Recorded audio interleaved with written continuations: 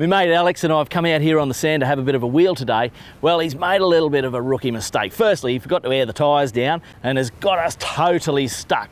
Now, this actually provides us with a fantastic opportunity to teach you how to do a safe snatch recovery. So watch exactly how we do it right now.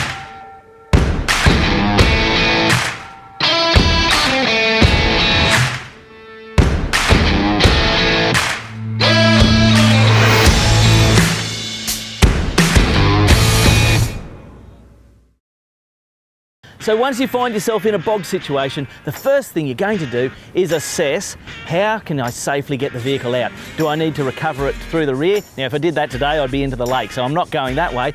We're going to go forwards because that's what's going to work in today's situation. The next area we're going to look at are what are the safe recovery points that are rated on the front and the rear of the vehicle that we're going to use for the recovery. We're also going to select a correctly rated snatch strap. And the way you work that out is by getting a snatch strap that is 2 to 3 times the weight of the lightest vehicle to be used in the recovery. So today, we're going to use a 6,000 kilogram snatch strap because my Bandera is an awful lot lighter than the Mighty 80 series. So in today's recovery, I'm actually going to add in a equaliser strap, which is one of these. And the reason for that is I want to recover off both of my recovery points on the Land Cruiser. So to do that, I get my rated bow shackle. Get your equaliser strap, feed it through the snatch strap like this.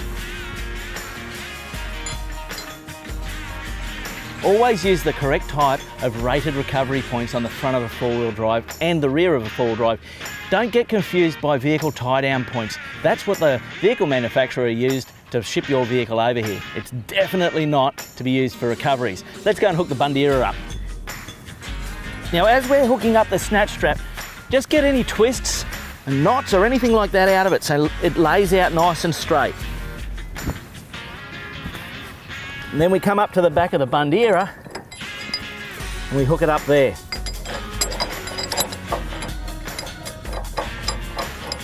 Under no circumstances ever use a tow ball as a recovery point. The two safest ways to recover off a tow pack are a hitch receiver just like this with a rated bow shackle, or the second option as a backup is to use the hitch pin inside of there. Never use a tow ball. Last thing we're going to do is fit an air damper. Now, this is like a parachute for your snatch strap. Lay it out on the sand like that. Going to fill that up with a bit of sand. And the sand's going to make sure it stays nice and heavy so that if something fails, it falls to the ground and makes sure nobody gets hurt. You see, snatch recoveries can be an extremely dangerous operation if not done in the safest way, which is what I'm showing you how to do today. I mentioned earlier about how a snatch strap is kind of like a big elastic band. Well, what I mean by that, it's designed to stretch about 20%. And what it's doing while it's stretching is it's charging up just like a battery. So when I do the recovery, you watch, the strap will go tight, the Bandera will keep driving, and the 80 is going to stay exactly where it is. Once this gets full of the stored energy, it's going to release it all in one fraction of a moment, and the 80 is going to pop out. So that the recovery vehicle has enough time to get some momentum, I've laid the snatch strap out in this fashion, and that gives me slack in the strap before it starts charging up. As much fun as four-wheel driving is, we always need to consider safety when we're doing any sort of recovery. Now, bystander safety is so important. People in the car, we can't have it other than the two drivers. Obviously, they're essential to the whole recovery process. But if you've got a child that's asleep, I'm afraid I recommend you get that child out of the car, even if you have to wake them up. And now, the general rule that we use is use a distance of 1.5 times the length of a snatch strap away from the recovery zone. What's more, keep in mind that the vehicles are moving during the recovery, so that zone is going to move with the vehicles. So just make sure everybody is well and truly clear of any recovery. So now we've got the vehicles safely connected, all the bystanders are out of the way, it's time to actually perform the recovery. The way we're going to do this, the vehicle in front doing the recovery is actually going to be in one gear higher than the vehicle behind. So in this vehicle, I'm in second gear low range. The 80 series behind me, being automatic, we're going to put that into first gear low range. And then we're going to take off Now, radios are a great way to communicate between the drivers. If you don't have radios, a toot of the horn when you're ready to go and a toot of the horn when the vehicle's out of the bog's a great way to get the message across. You ready, Alex? Yeah, go ahead.